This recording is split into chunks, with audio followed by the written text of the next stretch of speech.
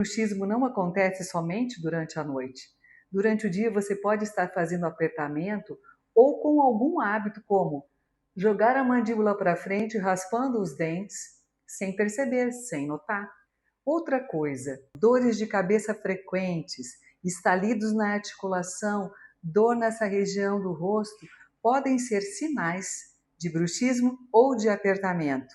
E uma das causas principais é o estresse e a ansiedade. Quanto mais rápido você procurar um dentista, melhor para você, menos danos para a sua articulação, para os seus dentes e para a sua qualidade de vida.